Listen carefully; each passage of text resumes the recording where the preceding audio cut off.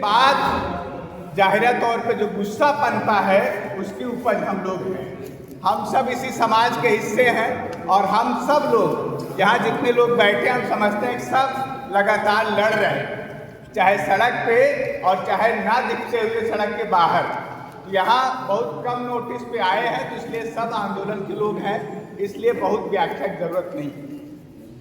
मुझे बस इतनी बात कहनी कि आज जो मौजूदा हालात बने, देश में कुछ भी नहीं बचा है इस आरएसएस और भाजपा के राज में। मैं तो ये देख पा रहा हूँ कि हमारे नागरिक होने पे प्रश्न है। और ये यूजीसी ने जो एक बड़ा काम किया है, मेरी समझ में शायद पहली बार दलित और ओबीसी लोगों को एक कर दिया। इसके पहले किसी ऐसे मौके नहीं आए हैं, ऐसा जंक्शन नहीं आया हो जब दलित और ओबीसी कानूनन कहीं किसी जगह पे एकजुट हो गए या ऐसा परिस्थिति पैदा हुई। तब आप सोचिए कि अगर ऐसी परिस्थिति पैदा हुई है तो हमारी बहुत शुरुआती बातचीत है, लेकिन इसके बाद जो घटनाक्रम हुआ, घटनाएं तो पहले भी हो रही थी, बात तो लेटरल एंट्री पे भी हो सकती थी, बात जाति जनगणना पे भी हो सकती थी, लेकिन हम लोग तो नहीं बैठे।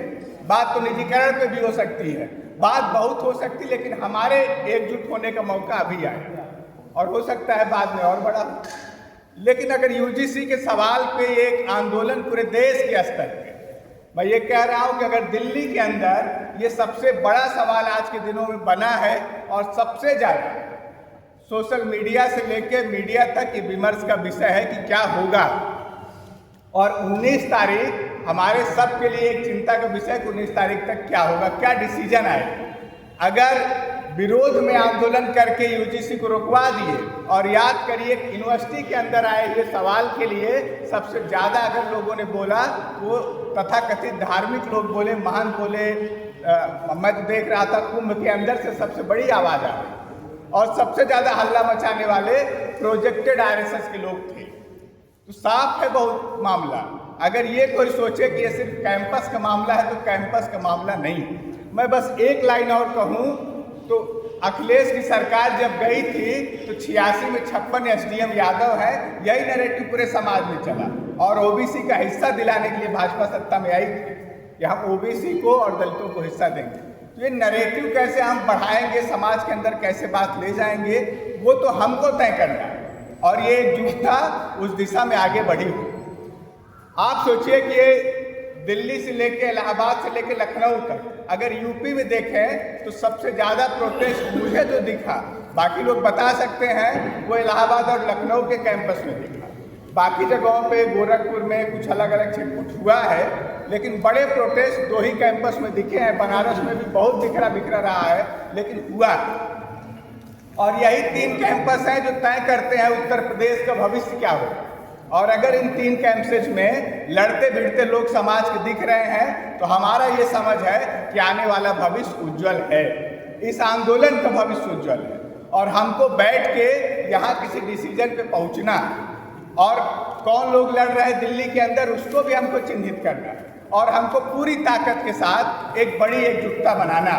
और दिल्ली के अंदर अगर लोग एक समता आंदोलन बनाए, all India forum for equity बनाए, तो हमको ये समझना है वो भले कुछ कम लोग हो या हम सबकी सहमति नहीं हो, लेकिन आज अगर कोई नैरेटिव चल रहा है उसी आंदोलन की बदौलत चल रहा है। अन्यथा ये सब नैरेटिव बिखर जाता और हम सब लोग कुछ कुछ कर रहे होते, लेकिन हमारी कोई वजूद कहीं पता ही ना चल पाता। तो ये जो आंदोलन दिल्ली से एक नेतृत्वकारी लोग हैं, एक नेतृत्व करने की कोशिश किए, और इसमें एक लाइन जोड़ दीजिए तो इस देश के अंदर एकमात्र विश्वविद्यालय जवाहरलाल नेहरू विश्वविद्यालय और उसका छात्र संघ, उसके वर्तमान 4 पदाधिकारी बाहर कर दिए गए हैं, उसका पूर्व पदाधिकारी वो भी बाहर कर दिए गए। इस दौर में सवाल तो वो भी बड़ा है। ऐसे लोग लड़ रहे हैं तो हमको समझ में आता है कि इस लड़ाई को एक नेतृत्व ऊपर से मिल रहा है। हम कितना महसूस कर पा रहे हो, हमारे हाथ में पर्चा है, ढेर सारे लोगों के पास है, और वो दिल्ली से ही आया हुआ पर्चा है। तो हम समझते हैं कि एक आंदोलन तो ऊपर से चल रहा है और लगातार लोग लड़ रहे हैं। डीयू की घटना से कोई अपरिचित नहीं, सब लोग देख रहे हैं कि ब्राह्मणवाद जिंदाबाद, और थाने के अंदर जो कुछ हुआ जिक्र नहीं हुआ।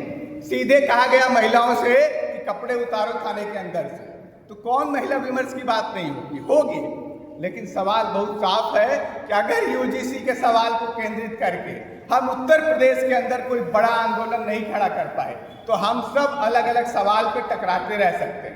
हजार असहमतियां हो सकती हैं यहाँ बैठे हुए लोगों के पास, लेकिन सहमति है यूजीसी रेगुलेशन जो हम मानते हैं इसको और बेहतर होना चाहिए। इसमें ढेर सारी कमियां, इसको और बेहतर बनाने की लड़ाई है, लेकिन वो तब होगा जब हमारे पास एक ताकत बनेगी। और अगर ताकत नहीं होगी, हमारी कमजोरी प्रदर्शित होगी, तो हम तो लगातार मार खा ही रहे हैं और मार खाएं। तो हम ये बात समझ पा रहे हैं कि जो आंदोलन चल रहा है उत्तर प्रदेश के अंदर, जो आंदोलन हो रहे हैं, इसमें हमको देखना है कि हम कैसे इस आंदोलन को एकजुट कर पाए। और अगर ये हम कर ले गए तो हम ये समझते हैं कि आने वाले दिनों में हम कोई उत्तर प्रदेश के अंदर एक नया रास्ता ले आ पाएंगे। अन्यथा तो जो बिखराव है उसका हश्र सब लोग देख रहे हैं। तो मुझे जो बात लग रही है कि हम लोग जो ये चल रहा है, बहुत कन्फ्यूजन, हम लोग ऑनलाइन मीटिंग में थे, बाकी राजू कोऑर्डिनेट कर रहे थे, बड़ा डिबेट वहाँ भी चल रहा था, कुछ भी तय होने की स्थिति में नहीं है। और यहाँ भी जो बात आ रही, भाई छात्र संगठनों के लोग कम हैं, विश्वविद्यालय के लोग कम हैं, उनकी संख्या इसमें भी बढ़ानी होगी। और उनको हमारी साफ समझ है कि लड़ना तो उनको ही है जो कैंपसेज में है, छात्रों युवाओं को ही आगे करके हम इस लड़ाई को और व्यापक कर सकते हैं। ये बहुत साफ साफ समझ आती है। तब हम लोगों को कुछ प्लान करना चाहिए और उन लोगों से भी कोऑर्डिनेशन और बढ़ाना चाहिए। और हम लोग जो सोच पा रहे थे, जो बातचीत हो रही थी कि 2 स्तर पे इस आंदोलन को अभी आगे बढ़ाने की जरूरत है। एक, होली के पहले वाले हिस्से में फरवरी के अंतिम दिन तक कोई एक बड़ा प्रोटेस्ट, और एक 19 के पहले, होली के बाद। अगर 2 सेगमेंट हम रखें तो हम ये समझते हैं कि हमारे कोऑर्डिनेशन का एक असर होगा।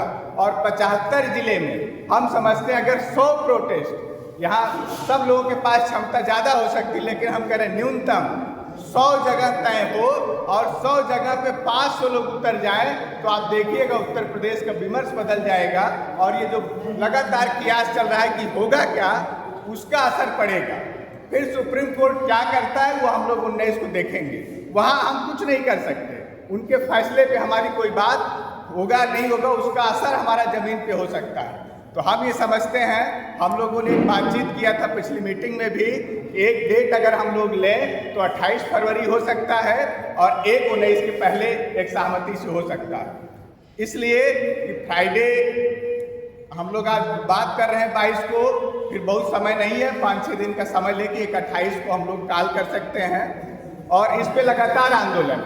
और कल आप इसी सवाल पे भाकपा माले, मैं उस पार्टी का मेंबर हूँ, उसकी तरफ से विधानसभा के घेराव है जिसमें यूजीसी रेगुलेशन लागू करने के सवाल पे उसमें प्रमुखता से बात उठेगी और वो उसके बैनर का हिस्सा है। अभी मैं देख रहा हूँ कि ढेर सारी बात हो रही है। बात तो यहाँ तक भी हो रही है कि पार्टियों में लोग हैं, वो पार्टी को छोड़ के आके विरोध करें।